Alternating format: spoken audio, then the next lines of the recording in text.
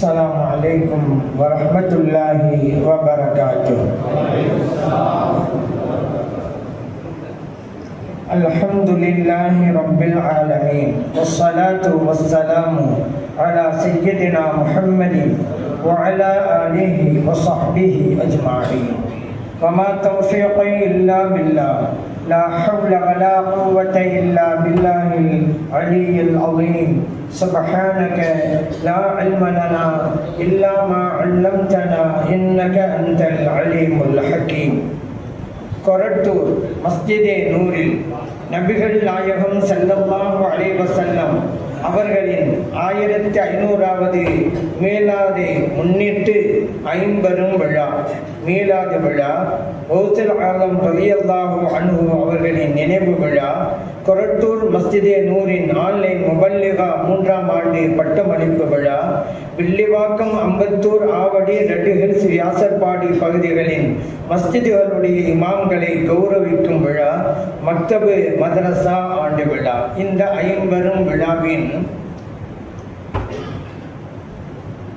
3வது அமர்வின் தகுதிமிக்க தலைவர், ஜமாலியா அரபிக் கல்லூரியுடைய போற்றுதலுக்குரிய முதல்வர் மௌலானா மௌலவி அஸ்ஸையீத் நயாஸ் அஹ்மத் ஜமாலி ஹலரத் பெருந்தகை அவர்களே, முன்னிலை வகிக்கின்ற ஆண்டோர்களே, சான்றோர்களே, குறிப்பாக இப்பள்ளியினுடைய போற்றுதலுக்குரிய நிர்வாக பெருமக்களே, இந்த நிகழ்வை அழகுபட தொகுத்து வழங்கிக் கொண்டிருக்கக்கூடிய மௌலானா மௌலவி முஹம்மது யாசின் பிலாலி ஹலரத் அவர்களே, கிராத் ஓதிய மௌலவி ஹாஃபில் அப்துல் ரஸாக் பிசிஏ அவர்களே, அழகிய முறையிலே நம்முடைய உள்ளங்களை இருக்கின்ற வகையில் கீதங்கள் இசைத்த அல்ஹாஜ் ஹெச் பீர் முகமது சாஹிப் எஃப்சி அவர்களே, ஆலி ஜனாப் டி கமாலுத்தீன் சாஹிப் அவர்களே, ஆலி ஜனாப் ஹாலித் அவர்களே, வரவேற்புரை நிகழ்த்திய மௌலானா மௌலவி அல்ஹாஃபிஸ் முகமது அஸ்ஹருத்தீன் ஜமாலி ஹலரத் அவர்களே, இந்நிகழ்விற்கு வருகை புரிந்து இந்நிகழ்வை சிறப்பித்துக் கொண்டிருக்கக்கூடிய கண்ணியத்திற்குரிய உலமா பெருமக்களே, அன்பார்ந்த பெரியோர்களே, இளைஞர்களே, சிறார்களே, தாய்மார்களே, சகோதரிகளே, நன்றி உரை ஆற்றவிருக்கிற இப்பள்ளியினுடைய போற்றுதலுக்குரிய இமாம் மௌலானா மௌலவி அல்ஹாஜ் அல்ஹாஃபில் எம் மன்சூர் அலி சராஜி ஃபாதில் ஜமாலி எம்ஏ ஹலரத் அவர்களே, பெண்கள் சமூகத்தின் விடிவெள்ளிகளாக இருக்கின்ற பட்டம் பெறவிருக்கிற மதிப்பிற்கும் மரியாதைக்கும் உரிய ஆலிமாக்களே,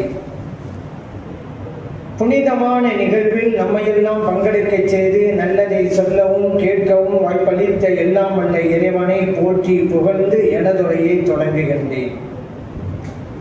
அற்புதமான விழா, ஆலிமாக்கள் கல்வியை கற்று அதனுடைய சான்றாக, அதனுடைய மிகப்பெரிய தரவாக இப்போது ஷஹாதாக்களை பெற்றிருக்கிறார்கள், சனதுகளை அடைந்திருக்கிறார்கள்.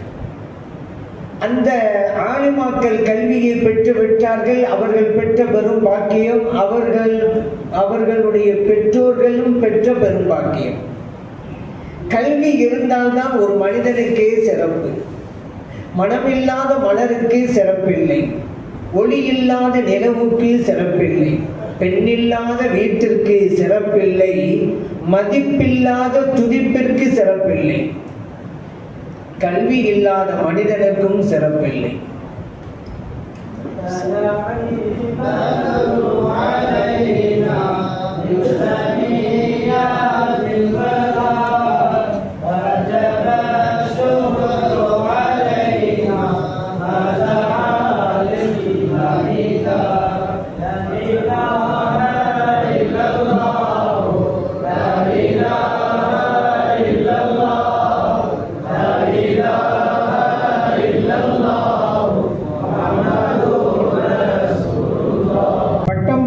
ஆலிமாக்களே, நீங்கள் இதுவரை வரலாறு படித்தீர்கள்.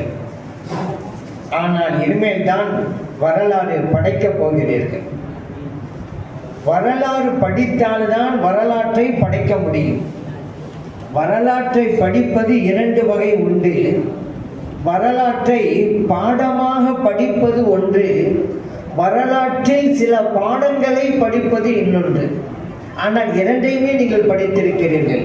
இறைவனோட அருளால் நீங்கள் இந்த சமூகத்தில் வரலாற்றை படிப்பீர்கள்.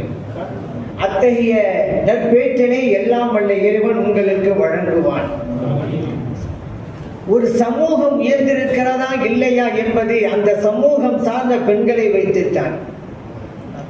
பெண்கள் சமூகத்தின் கண்கள் என்பார்கள். பெண்களை வைத்து பெண்கள் முன்னேறி இருந்தால் சமூகம் முன்னேறி இருக்கிறது. பெண்கள் முன்னேறி இருக்கிறார்கள் என்பதை எப்படி அறிந்து கொள்வது? அவர்கள் கல்வி பெற்றிருக்கிறார்கள் என்பதை வைத்து அறிந்து கொள்ள வேண்டும்.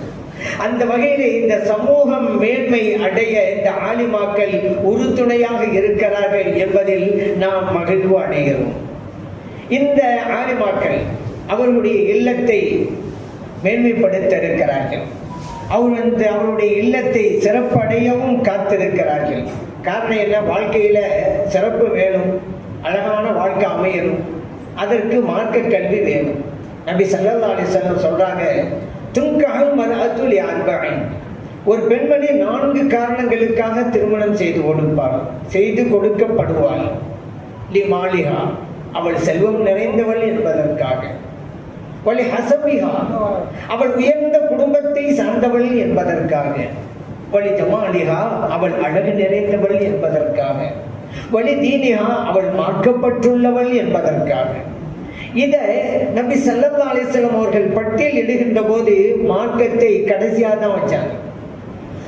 முதலாவதாக செல்வத்தை பற்றி தான் சொன்னாங்க. ஏன் தெரியுமா? இந்த சமூகம் எப்படி இருக்கும் என்பதை 1400 ஆண்டுகளுக்கு முன்பாகவே அறிந்து வைத்திருந்தார்கள் நபிகள் நாயகம் ஸல்லல்லாஹு அலைஹி வஸல்லம் அவர்கள். இன்னைக்கு அப்படிதானே? செல்வத்தை தானே பார்க்குறாங்க, எவ்வளவு போடுறாங்க, வரதட்சணை என்னென்ன கொடுக்கறாங்க, அதைத்தானே பார்க்குறாங்க. அது இருக்கா இது இருக்கா என்று தான் கேட்குறாங்க. எத்தனை பவுனு போடுறாங்க. அதான் மாப்பிள்ளை வீட்டுக்காரவங்க பெண் வீட்டுக்காரவங்கள்ட்ட கேட்டாங்க, நீங்க என்ன போடுவீங்க? பொண்ணு வீட்டுக்காரங்க சொன்னாங்க, நாங்க சங்கிலி போடுவோம், வளையல் போடுவோம், காப்பு போடுவோம், மோதிரம் போடுவோம், எல்லாம் 100 பவுனு போடுவோம். இப்போ பொண்ணு வீட்டுக்காரங்க கேட்டாங்க, மாப்பிள்ளை வீட்டுக்காரங்க கேட்டேன், நீங்க என்ன போடுவீங்க? என்ன இப்படி கேட்டீங்க? நாங்களும் போடாம இருப்போமா? போடுவோம். நீங்க போட்டீங்கல்ல நகைகள், அதெல்லாம் சரியா இருக்குதான்னு இடம் போடுவோம். அதுல ஏதாவது குறை வந்துட்டா திருமணத்துக்கே தடை போடுவோம். இப்படிதான் இருக்கிறாங்க. எல்லாமே வாங்குறாங்க. என் வீட்டிலே வசிப்பதற்கு என்னென்ன தேவை எல்லாம் பெண் வீட்டுல தான் கொடுக்கறாங்க. ஏங்க ஏன் சேர்ந்து வாழ போறது கணவன் இல்லையா? கணவன் தானே வாழ போறாரு. எல்லாம் அங்கேயே தான் வரணும். அது ஃப்ரிட்ஜா இருக்கட்டும், வாஷிங் மிஷினா இருக்கட்டும், மிக்சரா இருக்கட்டும், எல்லாம் அங்கேருந்து தான் வரணும். ஒரு ஆள் சொன்னாரு, எல்லாம் வந்துருச்சு, ஒண்ணு மட்டும் தான் வரல. என்ன வரல? இந்த பிரீசர் பாக்ஸ் மட்டும் வரல அப்படின்னா என்ன கொடுமைங்க இது? பலவகை இன்னொரு கொடுமை சொல்லுறதுக்கே வெக்கமா இருக்கு. தலைப்பிரசவத்தினுடைய செலவை பெண்ணுட்டு சர்வதான எடுக்கிறோங்கிறாங்க. குழந்தை இவனுடையது, ஆனால் இவன் குழந்தைக்குரிய செலவை பெண்ணின் தந்தையார் பொறுப்பேற்கணுமா? என்ன கொடுமை இது? வெக்கமா இல்லையா நம்ம அவருக்கு? அந்த குழந்தையின் தந்தைக்கு வெக்கம் இல்லை? நம்ம குழந்தை நம்ம தானே செலவுக்கு நினைக்க வேணாம்? எழுதப்படாத வரதட்சணையாக இதுவெல்லாம் ஆக்கப்பட்டு விட்டது சமூகத்தில். சரி, அது இருக்கட்டும். இப்ப இந்த சமூகம் எப்படி இருக்கு பாத்தீங்களா? காசு பணம் அதுதான் முக்கியத்துவம். இந்த உலகம் இப்படிதான் இருக்குங்கிறத காட்டிட்டாங்க ஸல்லல்லாஹு அலைஹி வஸல்லம் அவர்கள். கடைசியாக சொன்னது மார்க்கப்பட்டிற்காக இந்த சமூகம் இந்த மார்க்கம் என்பதற்கு கடைசி நிலையத்தான் வைக்கும் அப்படிங்கிறதையும் சொல்லாம சொல்லிட்டாங்க. சரிங்க, இந்த 4 காரணங்கள் எந்த காரணத்திற்காக நாம் திருமணம் செய்து கொள்ள வேண்டும் அதை இறுதியாக சொல்கிறார்கள். சொல்லாமல் இருப்பார்களா? இறைத்தூதர் ஸல்லல்லாஹு அலைஹி வஸல்லம் அவர்களுக்கும் மற்ற தலைவர்களுக்கு மத்தியில் இருக்கிற வேறுபாடே அதுதானே. மற்றவர்கள் எல்லாம் பிரச்சனைகளை அலசுவார்கள், அலசிக்கொண்டே போவார்கள், தீர்வென்ன சொல்லாம போயிடுவாங்க. ஆனால் எங்கள் நபி ஸல்லல்லாஹு அலைஹி வஸல்லம் அவர்கள் பிரச்சனைகளை அலசுவார்கள், தீர்வையும் சொல்லி கொடுப்பார்கள். இங்கேயும் அப்படித்தான் சொல்லி கொடுத்தார்கள். ஃபதுபர் பிதாத்தின், மார்க்கப்பட்டுள்ள பெண்ணை திருமணம் செய்து கொண்டு உனது வாழ்க்கையிலே வெற்றி அடைந்து கொள் என்றார்கள். புகாரிலே பதிவு செய்யப்பட்ட ஹதீஸ்.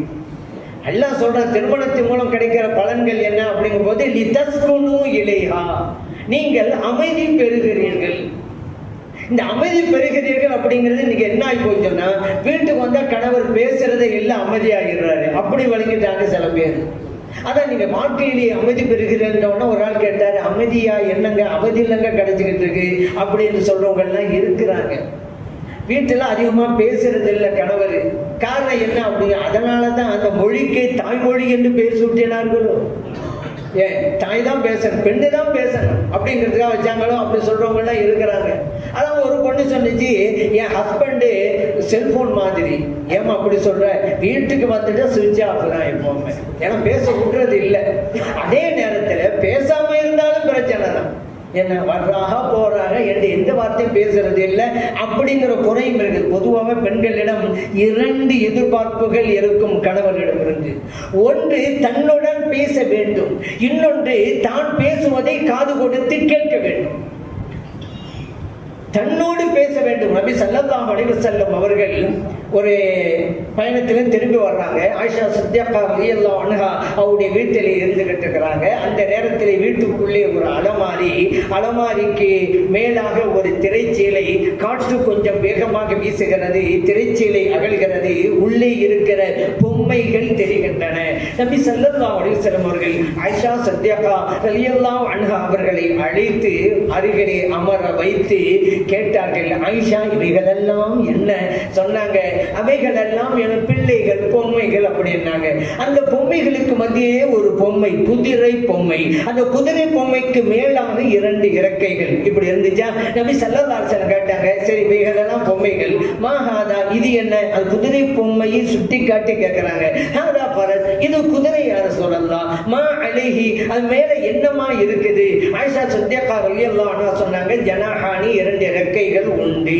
நபி ஸல்லல்லாஹு அலைஹி வஸல்லம் இப்ப கேட்கிறாங்க, ஃபரசுன் லஹு ஜனாஹானி, இறக்கைகள் முறைத்த குதிரையும் இந்த உலகத்தில் உண்டா என்று கேட்டார். ஆயிஷா சித்தியக்கா ரலியல்லாஹு அன்ஹா உடனே சொன்னாங்க, அம்மா சமயத்த யார சொல்லலாம், நீங்க கேள்விப்படலையா? சுலைமான் அலைஹிஸ்ஸலாம் அவர்களுக்கு ஒரு குதிரை பட்டாளம் இருந்தது, அவைகளுக்கெல்லாம் ரெக்கைகள் உண்டு என்பதை நீங்க கேள்விப்படல என்று சொன்ன உடனே வாய்விட்டு செதித்தார்கள். நபிகள் நாயகம் ஸல்லல்லாஹு அலைஹி வஸல்லம் அவர்கள் கடைவாய் பற்கள் தெரிகின்ற அளவிற்கு செதித்தார்கள். நபிகள் நாயகம் ஸல்லல்லாஹு அலைஹி வஸல்லம் அவர்கள் அவருடைய வாழ்க்கையிலே கடவாய் பற்கள் தெரிகின்ற அளவிற்கு சிரித்தது நிறைவிட்டு எண்ணிவிடலாம். அவற்றில் ஒன்றுதான் இதுவும் அபூதாவுதிலே பதிவு செய்யப்பட்ட ஹதீஸ். நீங்க யோசிச்சு பாத்தீங்களா? இதெல்லாம் கேட்கணுமாங்க? இதெல்லாம் என்ன சிலர் தெரியாதா? அதான் தெரியுதுல, ஏன் என்னன்னு கேட்கணும். அந்த குதிரை பொம்மையை சுட்டி காட்டி இது என்ன அப்படி கேட்கணுமா? அதுக்கு மேல என்ன இருக்குது, இந்த ரெக்கரிஞ்சல் அதான கேட்டேன், அதெல்லாம் கேட்கணுமா? எல்லாம் கண்ணு தெரியுதுங்க. ஏன் கேட்டாங்க? மனைவியோடு பேச வேண்டும். பெரிய ஆய்வை பற்றி உள்ள பேச்சுதான் இருக்கணும், பெரிய தத்துவமான கருத்து தான் பேசணுங்கிறது இல்லை. மனைவிட்ட பேசணும். அந்த நேரத்துல என்ன சப்ஜெக்டோ எடுத்து பேசுங்க. இல்லைண்டா மனைவிக்கு மனநோய் ஏற்படும். என்ன வர்றாங்க போறாங்க, வர்றாங்க சாப்பிட்றாங்க தூங்குறாங்க, காலை எந்திரிச்சு போயிடறாங்க, நம்மளோட பேசுறதே இல்லையே, நம்மளை பிடிக்கலையோ இவ்வளவே கற்பனை பண்ணிக்கிறது. ஆனா அவர் நல்லா அன்பை வச்சுதான் இருப்பாரு. ஆனா அந்த அன்பை இவங்க புரியாமலே இருக்கிறாங்க சில கட்டங்கள்ல எல்லாம்.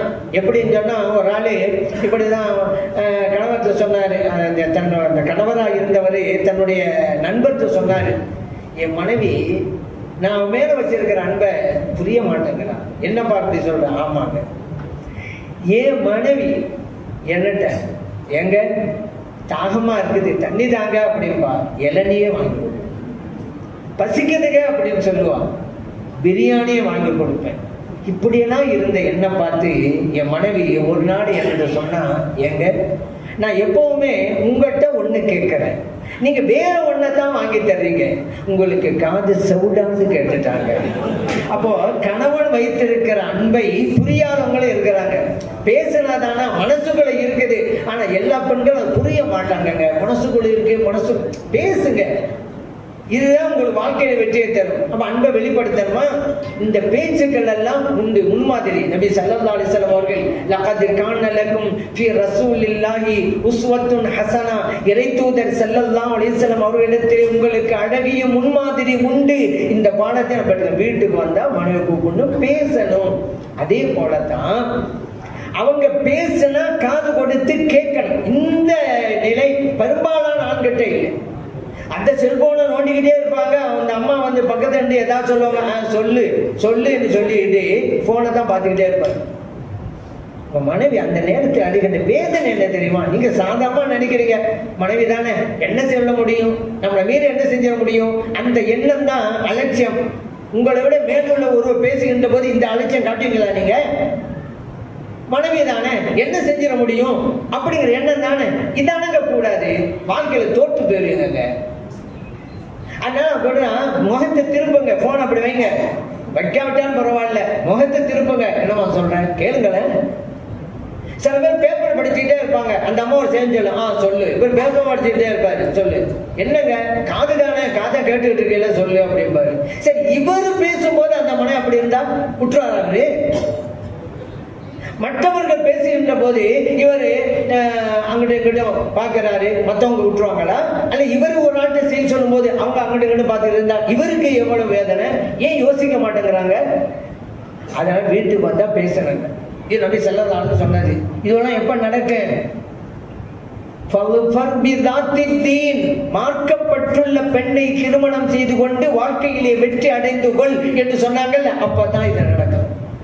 இல்லைன்னா அமைதிதான். அமைதியில பலவகை இருக்கு. ஒரு ஆண்ட சொன்னாக்கா பேசணும் பேசணும்னு சொன்னாங்கன்னு சொல்லி விவகாரமா பேசி பிரச்சனை உண்டு பண்ணிடுறாங்க சில பேர். அப்படி பார்த்தா இவங்கெல்லாம் பேசாம இருக்கிறதே நல்லது. வெளியே வந்தாலும் அந்த அம்மா சாப்பாடு வச்சுச்சு, சாப்பாடு தொட்டுக்கிறதுக்கு ஒரு முட்டையை அவிச்சு வச்சுச்சு. அந்த அன்னைக்கு விவகாரம். சில பேர் வீட்டுக்கு வர்றதே விவகாரம் பண்ணுறதுக்கு தான். அப்போ அவர் கேட்டாரு, நீ என்ன முட்டையை அவிச்சு வச்சிருக்க, நீ ஆம்பளர் போட்டு வைப்பேன்லாம் நினைச்சேன் அப்படின்ட்டாரு. சரி, இவருக்கு ஆம்பளர் தான் பிடிக்கும் போல தெரிஞ்சு அடுத்த நாள் சாப்பாடை வச்சு ஆம்பளர் போட்டு வச்சிச்சு. அன்னைக்கு விவகாரம் பண்றாரு, நீ அவிச்சு வைப்பேன்லாம் நினைச்சேன், நீ என்ன ஆம்பளர் போட்டு வச்சிருக்க அப்படின்ட்டாரு. என்னடா இருந்தாலும் இப்படி என்ன அப்படிங்கிறாரு, அப்படின்னா அப்படிங்கிறாரு. அதனால அடுத்த நாள் ஒரு முட்டையை அவிச்சு இன்னொரு முட்டை ஆம்பளர் போட்டு வச்சாச்சு. அப்பாடா, இன்னைக்காவது பிரச்சனை பண்ணாம போட்டோம் அப்படின்ட்டு விடுவாராவது? அவர் பிரச்சனை தானே வர்றாரு. அந்த அன்னைக்கு சொல்றாரு, என்ன நீ அவிச்சு வைக்க வேண்டிய முட்டையை ஆம்பளட் போட்டு வச்சிருக்கிற, ஆம்பளட் போட வேண்டிய முட்டையை அவிச்சு வச்சிருக்க, என்ன அப்படிங்கிறாரு. என்ன அப்படி? இந்த மாதிரி ஆட்களா தான் பேசாம இருக்கிறது தான் நல்லது. ஆனா மனைவியோட நல்ல முறையில பேசுங்க. அது அப்ப என்ன இதுல வெற்றி இருக்குது? தீன். அல்லாஹ் சொன்னான்ல, தஸ்குனு இலைஹா, நீங்கள் வாழ்க்கையிலே அமைதி பெறுகிறீர்கள். இது எப்ப கிட்டும்? மனைவி மார்க்க அடிப்படையிலே இருந்தால், மார்க்க ஞானம் பெற்றிருந்தால், அதற்குத்தான் இந்த ஆலிமாக்களுடைய கல்வி ஞானம் பயன்படும் அப்படிங்கிறதையும் இந்த நேரத்திலே நாம் புரிந்து கொள்ள வேண்டும். இப்ப மார்க்கப்பட்டு சில பேர் எனக்கு துன்பம் ஏற்படும் போதெல்லாம் என் மனைவி தாங்க அதை நீக்குவதற்கு பாடுபடுறா அப்படின்றாரு. இன்னொரு ஆள் சொன்னாரு, துன்பம் வர்றதே அவனால தானங்க அப்படின்னு சொன்னாரு. அது வேறு விஷயம். அதனாலதான் சொன்னா, எனது வாழ்க்கை பயணத்திலே சூறாவளி சுழன்று அடிக்கின்ற போது என்னை பாதுகாக்கும் துறைமுகமாக அவள் இருப்பாள் என்று நினைத்து திருமணம் செய்து கொண்டேன். கொடுமை என்ன தெரியுமா? இப்போது புயல் அடிப்பது அந்த துறைமுகத்தில் தான் அப்படின்னு சொன்னான். பிரச்சனை வர்றதே அவளாலதான் அப்படின்னு சொன்னான். இதுவெல்லாம் ஏன் வருது? அதான் கேட்கிறேன். சலனம் சொல்லி தெரிஞ்சது விட்டதுனாலதான். நீங்க உங்க பிள்ளைகளுக்கு பெண் பார்க்கறீங்கல்ல, எவ்வளவு போடுவாங்கன்னு தானங்க பாக்குறீங்க. மார்க்கப்பட்டு என்ன ஓதிருக்கா, படிச்சிருக்கா, குணம் என்ன, அதை பாக்குறீங்களா யாராவது? அதனாலதான் இந்த சமூகம் மக்கள் எதை எதிர்பார்க்கிறாங்களோ அதையே வைக்கணும் அப்படிங்கிற சூழ்நிலை வந்துட்டாங்க. நீங்க மார்க்கப்பட்டை எதிர்பாருங்க, எல்லா மக்களும் தங்கள் பிள்ளைகளை ஓத வைத்து விடுவார்கள். ஏன்? மாப்பிள்ளைக்கு தகுதியாக இதைத்தான் பார்க்கறாங்க அப்படின்னு வந்துடும்ல. அதனால அந்த மாதிரி இங்க செய்யணும். சரி, அடுத்ததாக இந்த ஆலிமாக்கள் கல்வி ஞானத்தை பெற்றிருக்கிறார்கள். பிறருக்கு முன்மாதிரியாக இவர்கள் இருக்க வேண்டும், கற்றதின்படி நடக்க வேண்டும், மற்றவர்களுக்கு முன்மாதிரி. அப்பதானே மற்றவங்கெல்லாம் அவங்க பிள்ளையை சேர்ப்பாங்க. அந்த பாருமா ஓதுனுச்சு, படிச்சிச்சு, ஆலிமா பட்டம் வாங்கினுச்சு, என்ன அழகா நடக்குது பாத்தீங்களா அப்படின்னா மற்ற பெற்றோர்களுக்கு ஒரு உற்சாகம் வரும், உத்வேகம் வரும். அவர்கள் தங்கள் பிள்ளைகளை ஓத வைப்பார்கள். அந்த மாதிரி நடக்கணும். ஏன்னா வெறுமனே கல்வி கட்டா என்னங்க பிரயோஜனம்? கல்வி இருக்கிறது, அமல் இல்லை, என்ன பலன் இருக்கிறது? ஒளியற்ற விளக்கு பிரயோஜனம் உண்டா? கனியற்ற மரம் பிரயோஜனம் உண்டா? உயிரற்ற உடல் பிரயோஜனம் உண்டா? அமல் இல்லாத கல்வியும் அப்படித்தான். ஆகவே அவர்கள் கற்றதன்படி நடக்க வேண்டும், மற்றவர்களுக்கு முன்மாதிரியாக இருக்க வேண்டும்.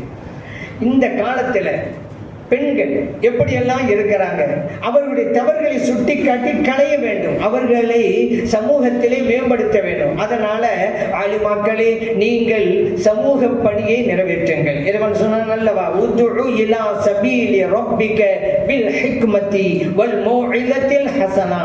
நீங்க அல்லாஹ்வின் பக்கம் அழையுங்க, ஞானத்தை கொண்டும் அழகிய அறிவுரையின் பிரகாரம், அழகிய உபதேசத்தை கொண்டும். அதுதான் தேவை. ஆலிமாக்களே, நீங்கள் உங்களுடைய இந்த தீன் பணியை தொடருங்கள், அழகிய முறையில் இறைவன் சொன்னது போன்று தொடருங்கள்.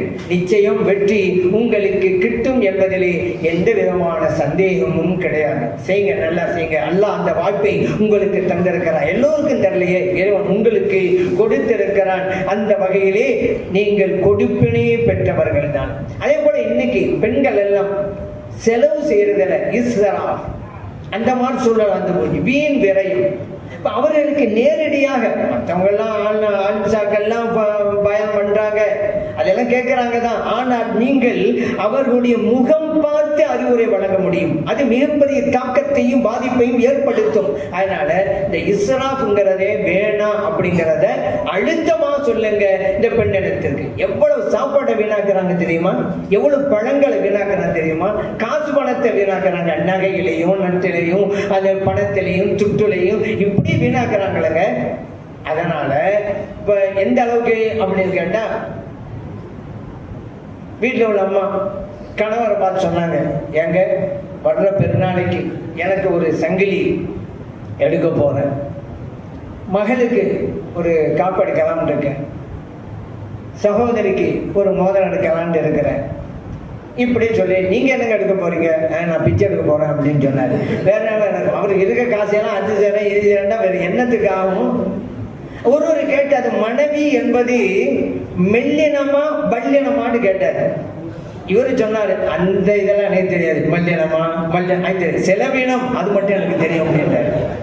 ட்ரெஸ் அப்போலாம் ஒரு பட்டு புடவை இருந்தா போதுமே அப்படின்னாங்க. இப்போலாம் அப்படியே கல்யாணத்துக்கு போகும்போது எந்த பட்டு புடவையும் உடுத்து, அப்போல பட்டு ஆடை இருக்கு, வாங்கி வாங்கி அடிக்க வச்சிட வேண்டியது, எதை உடுத்துறது அந்த அளவுக்கு. கஞ்சிப்பட்டு, பனாரஸ் பட்டு, ஆரணி பட்டு, என்னங்க இவ்வளவு வாங்கி கொடுத்துருக்கீங்க மனைவிக்கு?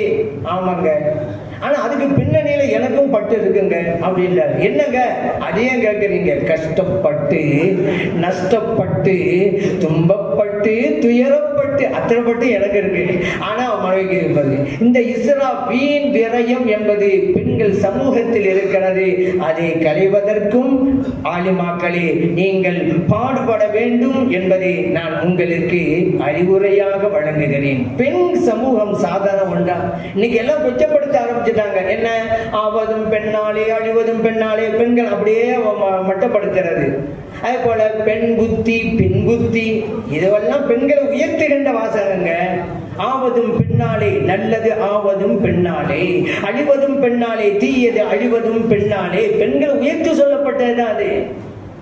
பெண் புத்தி, பெண் புத்தி, பின்னால் என்ன நடக்கும், நாங்க இப்படி செய்யாதீங்க, செஞ்சா இப்படித்தான் நடக்கும், பின்னால் வரக்கூடியதை எச்சரிக்கை செய்பவள் மனைவி.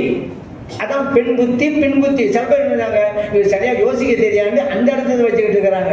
பெண்களை உயர்த்துவதுதான் நபி ஸல்லல்லாஹு அலைஹி கூட சொல்றாங்கல்ல, ஹைருக்கும் ஹைருக்கும் லிஅஹ்லி, உங்களில் சிறந்தவர் யார் தெரியுமா? நம்மளை பார்த்து சொல்றாங்க ஸல்லல்லாஹு அலைஹி வஸல்லம், ஆண் சமூகத்தை பார்த்து, உங்கள் யார் தெரியுமா சிறந்தவர்? உங்கள் மனைவியரிடத்தில் எவர் சிறந்தவரோ அவர்தான் இந்த சமூகத்திலும் சிறந்தவர். திருமதியிலே பதிவு செய்யப்பட்ட ஹதீஸ் பாத்தீங்களா? சமூகத்தில் சிறந்தவன் என்பதற்கு சான்று மனைவி தர வேண்டும். ஏன்னா இவன் சொல்லுவான் வெளியில, எனக்கு கோவமே வராது அப்படிமா, 4 பேர் நம்புவாங்க. ஆனா இவன் கோவம் வருமா வராதா, மனைவிட்டு போய் கேளுங்க, தெரிஞ்சுக்குவோம். உண்மையிலேயே மனைவிடம் நல்லவனாக இருந்தால்தான் நல்லவன் என்ற பெயரை பெற முடியும். அவன் நல்லவன் என்று பெயர் விட்டா, மனைவிட்ட நல்லவன் பெயர் வாங்குறது சாதாரண ஒன்று அல்ல. அங்க வாங்கிட்டா சமுதாயத்தில் நல்லவன் தான். அதே போல நபி ஸல்லல்லாஹு அலைஹி சொல்றாங்க, பெண்கள் தான் உண்மையான செல்வம் அப்படிங்கிறாங்க. அத்துன்யா மத்தா, ஹைரு மத்தாஇத் துன்யா அல் மர்அத்து ஸாலிஹா. உலக செல்வங்கள் அனைத்திலும் மிக சிறந்த செல்வம், உயர்ந்த செல்வம், நற்குணம் வாய்ந்த மனைவியை முஸ்லிம்களில் பதிவு செய்யப்பட்டார்கள். பெண்களே, நீங்கள் தான் உயர்ந்த செல்வங்கள். உங்களுக்கு ஈடான இணையான எந்த செல்வமும் இந்த வையகத்தில் இல்லை. சொன்னது நபிகள் நாயகம் ஸல்லல்லாஹு அலைஹி வஸல்லம் அவர்கள். நீங்க இருந்தாதான் பெண்களே, நீங்கள் இருந்தாதாங்க வீடு வீடா இருக்கும். நீங்க இல்ல, பெண்கள் இல்லைன்னு வச்சுக்கிறீங்க, வீடாது கட்டிடம், அவ்வளவுதான். பெண் இருக்கணும், விளக்கேற்றி வைப்பதற்கு ஒரு பெண் இருக்கணும். வீட்டிலே எவ்வளவுதான் செல்வங்கள் குவிந்து கிடந்தாலும் அங்கே விளக்கேற்றி வைப்பதற்கு ஒரு பெண் இல்லையானால் எல்லாம் இருந்தும் எதுவும் இல்லாத மாதிரிதான். அதனால்தானே இல்லாள், பெண்களுக்கு இல்லான்னு சொல்றோம்ல, இல்லாண்டா இல்லத்துக்குரியவள், மனைவி மனைக்குரியவள். ஒரு இல்லம் சிறப்பது அவளால் தான். அதனாலதான் அந்த பேரு அவளுக்கு. இதே கருத்துல ஆண்களுக்கு சொல்ல முடியுமா? இல்லான் அப்படின்னா இல்லத்துக்குரியவன், தெரிஞ்சதானே? இதே கருத்துல இல்லான், இல்லத்துக்குரியவன் அப்படி யாராவது சொன்னாங்களா? கிடையாது. சொன்னோம்னு வச்சுக்கிறேங்க, ஒரு ஆளை பார்த்து இவன் இல்லான், ஒண்ணுமில்லாதவன் அர்த்தம், இல்லத்துக்குரியவன் அர்த்தம் வராது. அப்ப பெண்களால் தான் ஒரு குடும்பம் விளங்குகிறது, பெண்களால் தான் ஒரு குடும்பம் சிறக்கிறது. எப்போது? இந்த பெண்மணி மார்க்க கல்வியை கற்றுக்கொண்டால்தான். அந்த கல்வியை தான் இப்போது இந்த கல்லூரி ஆன்லைன் மூலமாக கொடுத்து கொண்டிருக்கிறது. அதனுடைய சனதுகளை ஆலிமாக்கள் இப்போது பெற்றிருக்கிறார்கள். இவர்கள், இந்த ஆலிமாக்கள், கல்வி ஞானத்தை பெறுவது தங்களுக்காக மட்டும் கிடையாதுங்க, தாங்கள் ஈன்றெடுக்க போகிற குழந்தைகளுக்காகவும் தான் இவர்கள் கல்வி ஞானத்தை பெறுகிறார்கள். கல்வி ஞானத்தை பெற்றால்தான் குழந்தை வளர்ப்பு எப்படி என்பது தெரியும். இன்னைக்கு பயனுள்ள உஷாராயிட்டான்ல, தாய் தந்தை தான் வளர்க்கணும். ஆனா குழந்தை வளர்ப்பது எப்படி அப்படிங்கிற புஸ்தகத்தை ஒரு சின்ன பையன் உட்கார்ந்து படிச்சுக்கிட்டு இருக்கிறான். ஒரு ஆள் கேட்டாரு, நீ ஏன்டா இதை படிக்கிற, குழந்தை வளர்ப்பு எப்படி? இல்லை, எங்க அப்பா அம்மா என்ன ஒழுங்கா வளர்க்குறாங்களா இல்லையாங்கிறதுக்காக தான் நான் படிக்கிறேன் அப்படின்னா. அவ்வளவு உஷாரா இருக்கிறான் அவன் சின்ன பையன் எல்லாம். அதான் ஒரு அறிஞர் சொன்னார், குழந்தைகள், பெற்றோர்களே, உங்கள் கைகளில் இருக்கிற குழந்தைகள் ஒரு பொற்கொள்ளனின் கையிலே இருக்கிற தங்கத்தை போன்றவர்கள். பொற்கொள்ளன் கையில தங்கம் தான் இருக்குது. அவன் விரும்பனா சங்கிலியை செய்யறான், விரும்பனா வளையலை செய்யறான், விரும்பனா காப்பு செய்யறான், விரும்பனா நெக்கலை செய்யறான். அவன் எப்படி உருவாக்க நினைக்கிறானோ அப்படி உருவாக்குகிறான். பெற்றோர்களே, உங்கள் குழந்தைகளும் அப்படித்தான். நீங்கள் எப்படி நினைக்கிறீர்களோ அப்படி உருவாக்க முடியும். காரணம் என்ன தெரியுமா? உங்கள் குழந்தைகளோட ஒவ்வொரு மேதை ஒளிந்து கொண்டிருக்கிறார். எல்லாம் அங்க கூட சின்ன பிள்ளைலாம் இருக்கிறாங்க, சின்னவெல்லாம்.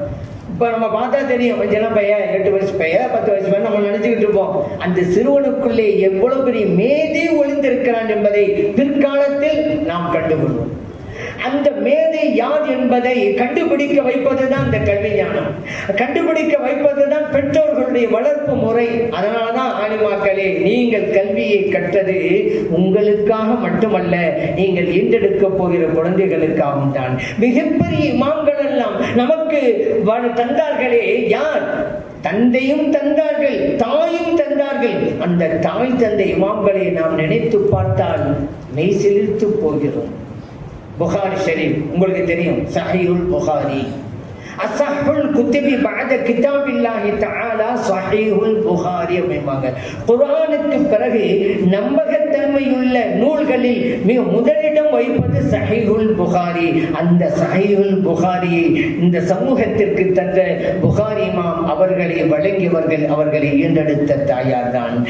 சட்டமேதை இமாம் ஷாஃபிஈ ரஹ்மத்துல்லாஹி அலைஹி அவர்களை இந்த சமூகத்திற்கு வழங்கியவர்கள், அவர்களை ஈண்டெடுத்த தாய்தானே. இப்படி எல்லாம் அதே போல மக்கள் அறிந்தவர்கள், மெய்நிலை கண்ட ஞானி முஹய்யித்தீன் அப்துல் காதிர் ஜீலானி ரலியல்லாஹு அன்ஹு அவர்களை இந்த சமூகத்திற்கு தந்தது யார்? அவர்கள் ஈண்டெடுத்த தாயார் தானே.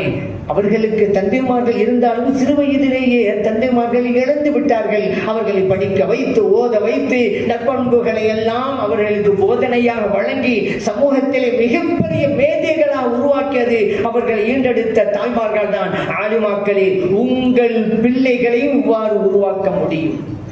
வரலாற்றில் எத்தனை பார்க்கிறோம்ல, அது தாயாக இருந்துதான் என்று இல்லை, மனைவியாக இருந்தும் கூட அப்படி செய்யலாம். மனைவியாக இருந்தும் கணவனை மிகப்பெரிய நிலைக்கு உயர்த்திருக்கிறார்கள் பெண்கள்.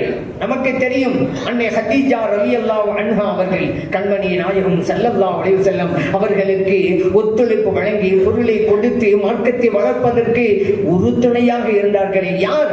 அவர்கள் மனைவியாக இருந்து கொண்டுதான் ஹதீஜா ரலியல்லாஹு அன்ஹா அவர்கள். ஹென்றி போர்ட் உங்களுக்கு தெரியும், மோட்டார் காரை அவன் தான் கண்டுபிடித்தான். ஆய்வு செய்தான், தோல்விக்கு மேல் தோல்வி, இனி வேண்டாம் முடிவு பண்ணிட்டாங்க.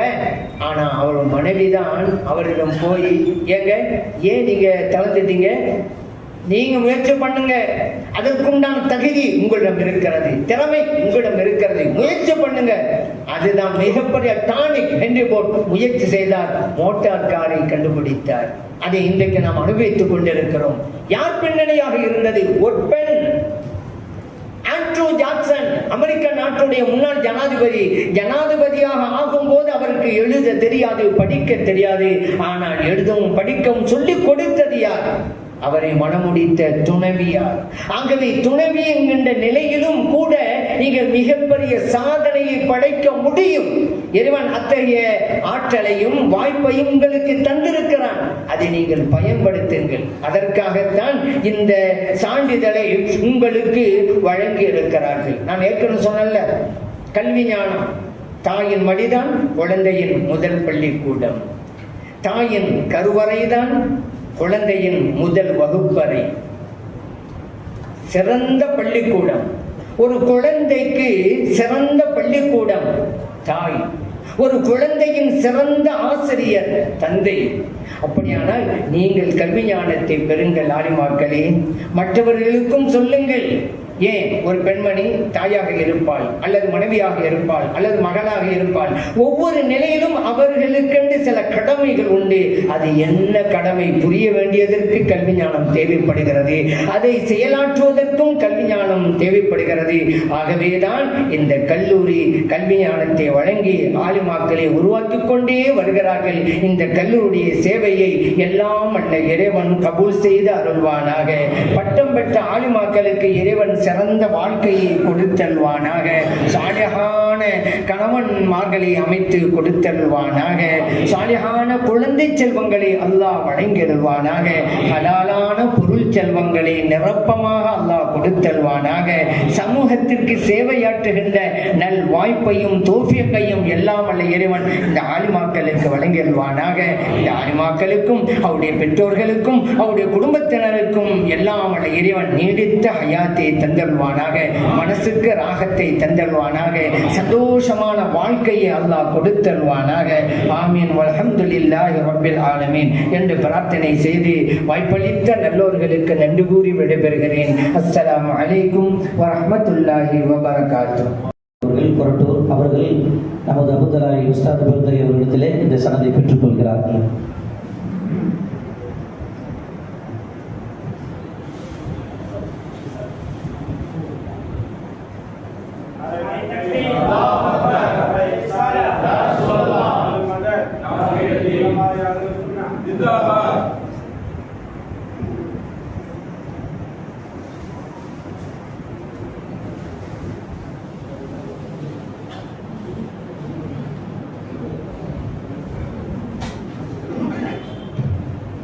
அடுத்தபடியாக இரண்டாவது முபல்லிகா சனதை ஷிஃபா ஃபாத்திமா முபல்லிகா டாக்டர் எம் ஷேக் ஃபரீத் அவர்கள் கரூர் மாவட்டம் அரவக்குறிச்சி அவர்கள் இந்த சனதை அபுதலாய் உஸ்தாத் பெருந்தகை இடத்திலே பெற்றுக்கொள்கிறார்கள். அப்பொழுது 6 கீற்றை கொண்ட இந்த பரிசுகளையும் பெற்றுக்கொள்கிறார்கள். அல் மதத்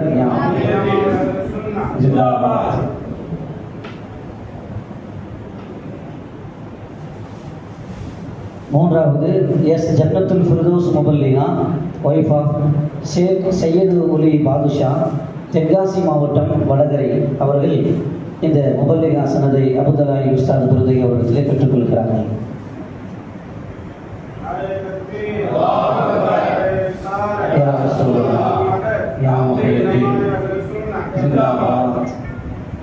இந்த பரிசையும் பெற்றுக்கொள்கிறார்கள். 4வது சனது பெறக்கூடியவர் ஒய் நூர்ஜஹான் முபல்லிகா ஒய்ஃப் ஆஃப் யாசின் தென்காசி மாவட்டம் வடகரை வட்டத்திலே உள்ள நூர்ஜஹான் அவர்களுடைய அவர்கள் நாரே யா ரசூலல்லாஹ் யா முஹம்மதி ஜிந்தாபாத்.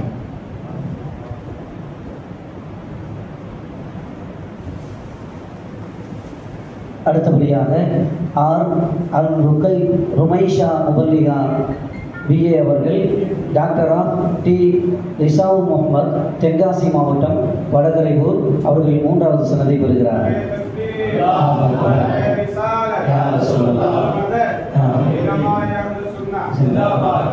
இந்த பரிசை பெற்றுக் கொள்கிறார்கள். அல்ஹம்துலில்லாஹ். ஒரு வீட்டிலே 3 முபல்லிகாக்கள். அடுத்தபடியாக 6வது முபல்லிகா சனதை பெறுவதற்காக வேண்டி எம் ஆஷிகா முபல்லிகா பிஎஸ்சி அவர்கள் doctor of K Munir, Madhavaram, Chennai மாவட்டம் அவர்கள் தங்களுடைய முபல்லிகா சனதை பெற்றுக்கொள்கிறார்கள்.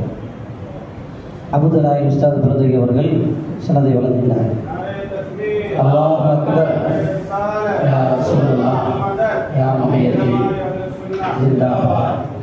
இந்த பரிசையும் பெற்றுக்கொள்கிறார்கள்.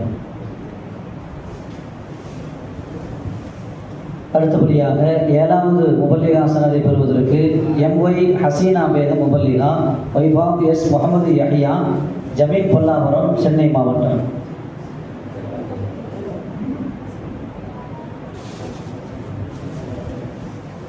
ஹசீனா பேகம் முபல்லிகா.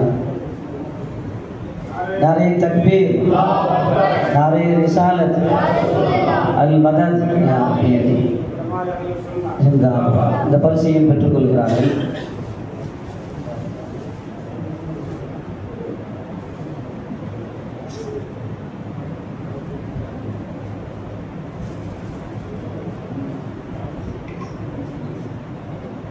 இந்த பரிசையும் பெற்றுக்கொள்கிறார்கள். 8வது முபல்லிகா சனதை பெற எம் ஹசீனா பிபி முபல்லிகா BCA, daughter of M Mohammed Ismail, Ariyamangalam, Trichy மாவட்டம் அவர்கள் சாதி பெற்றுள்ளார். யாரே யா ரசூலல்லாஹ் யா முஹம்மதி ஜிந்தாபாத். இந்த பரிசையும் பெற்றுக்கொள்கிறார்கள்.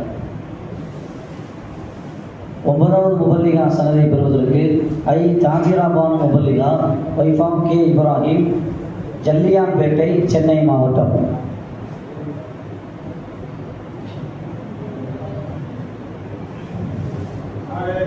அல்லாஹ் அக்பர். யா ரசூலுல்லாஹ் அல் மஹ்யாம் ஜிந்தாபாத். இந்த பரிசையும் பெற்றுக்கொள்கிறார்கள்.